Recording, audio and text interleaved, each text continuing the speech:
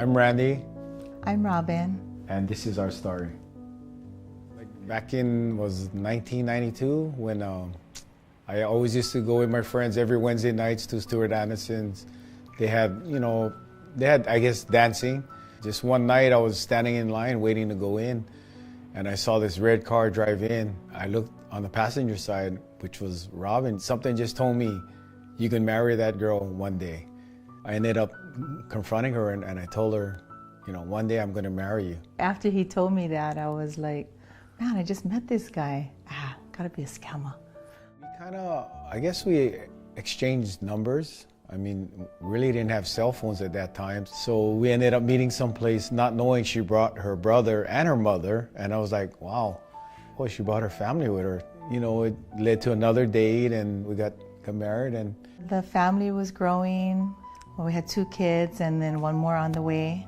I was promoted, so they kind of put me in charge of the jobs, hire the guys, and just leading the crew and just learning the trade. And she was pregnant with my son, and I used to go to the gym and just work out, come home, and then the same routine the next day. And I guess there was a girl that was working there at the front desk, and we would just say hi, and every day I would just go after work, go work out, and then before you know it, she wanted to jump in, work out with me, and I was just mostly thinking about going back to the gym every day. And They didn't see it coming. I had a 3-year-old, a 1.5, and then I was pregnant with Randy boy, bedridden, so I had to go to doctors, and every day of the week for a couple hours each day. I gave birth to a son, so I thought he would just top off everything. He has his boy, and named after him, he wanted.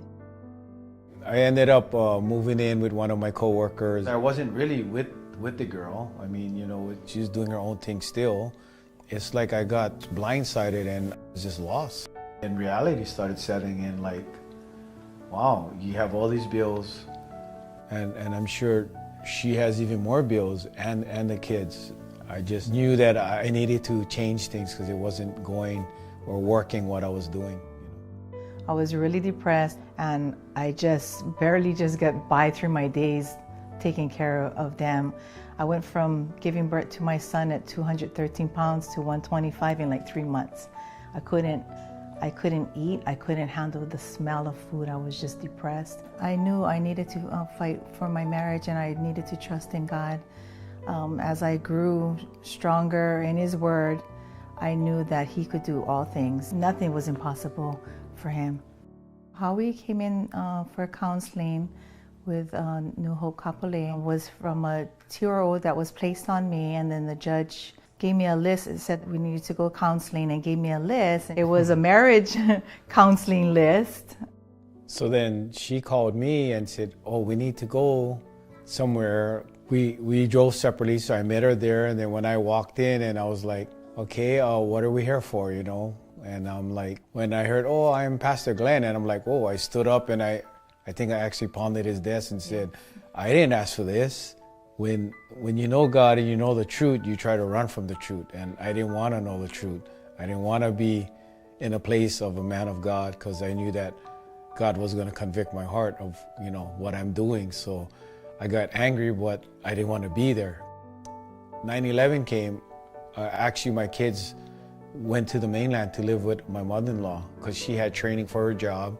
When we heard about the planes, couldn't fly out, couldn't leave or receive any planes. Airports were all shut down. We got together and it was like, how are we going to get the kids? And it's like, put all our differences aside and get our kids and start living a normal life, which is being a family. What amazed me was the love and the forgiveness that she showed me. Only God can give you that kind of forgiveness and love. And so I went to church and I met Pastor Glenn, and we started talking, and maybe a couple weeks later he started coming up to my place and just fellowship together. It really touched my heart to see that people can just show the love of God. It showed another side, like, wow, we really need God.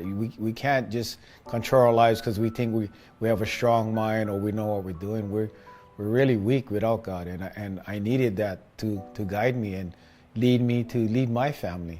I knew the only way that I could survive was just keeping connected to God, you only get stronger. God takes you to a different stage or level of learning His ways. We're in a different place from where we were 18 years ago.